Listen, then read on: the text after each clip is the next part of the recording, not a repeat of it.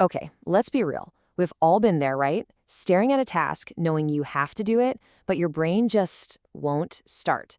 Well, today we are going to tackle that exact feeling head on with 5 super powerful, science backed hacks to help you finally conquer procrastination and actually get things done.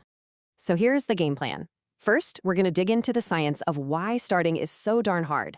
Then, we'll get into 2 hacks for your mind, 3 for your habits, and you're going to want to stick around for the end because we're going to reveal the ultimate secret to unlocking your motivation. It's a full-on toolkit.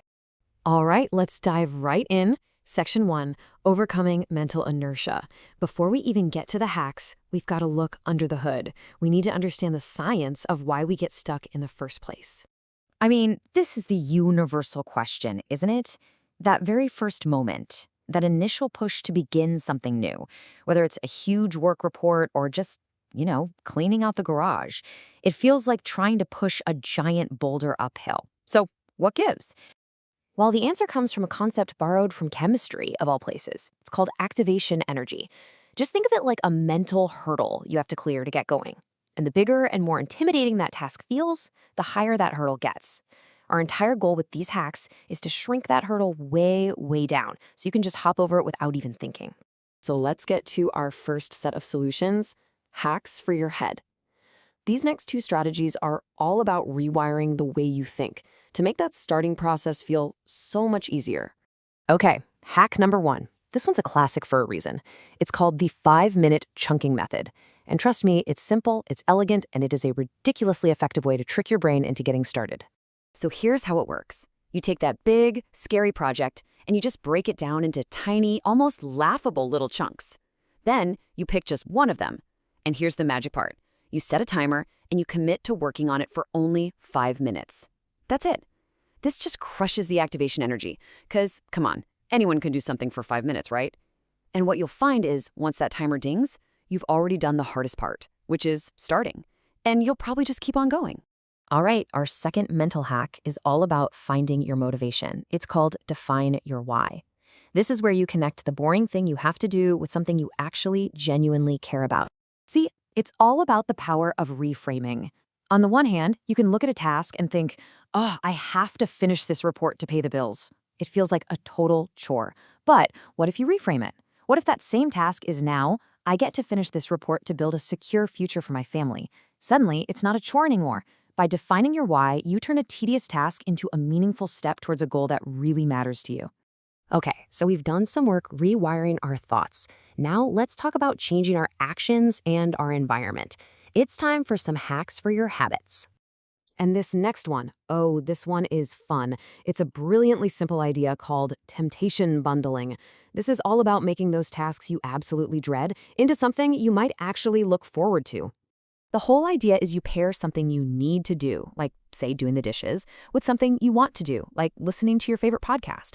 So the new rule is you only get to listen to that podcast while you're doing the dishes. Or maybe you only let yourself watch that new streaming show while you're on the treadmill.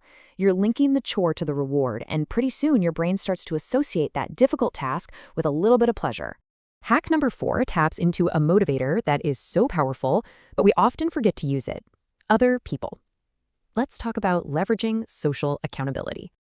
I mean, think about it. We're social animals, deep down. We absolutely hate letting other people down. So when you tell a friend, hey, I'm going to finish this project by Friday, or you find an accountability partner, you create this positive external pressure. Just knowing that someone else is expecting you to deliver can be an incredibly powerful kick in the pants, especially on those days when you're just not feeling it. And for our final habit hack, we're going to tackle a mental problem with a surprisingly simple physical solution, the 10-minute movement rule. When you feel totally stuck, when your brain is just a foggy mess, don't just reach for another cup of coffee. Get this, research actually shows that a quick 10-minute walk can give you a bigger and more sustained energy boost than caffeine.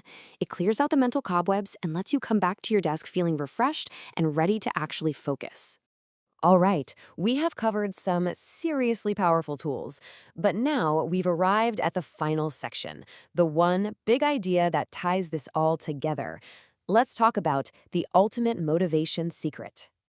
Here it is. This might be the single most important concept for beating procrastination. Act before you feel ready. We spend so much of our lives waiting to feel motivated, waiting for inspiration to strike like a bolt of lightning. But here's the secret. We've got it completely backwards. Motivation doesn't lead to action. Action creates motivation.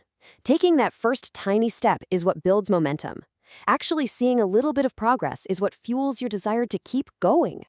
And there you have it, your complete procrastination-busting toolkit. You've got the 5-minute chunking method to get started, defining your why to find meaning, temptation bundling to make it fun, social accountability for that extra push, the 10-minute movement rule for a quick energy boost, and of course, the golden rule that underpins it all: act first. So I'm going to leave you with this final thought. A challenge, really. Don't just file this information away for later.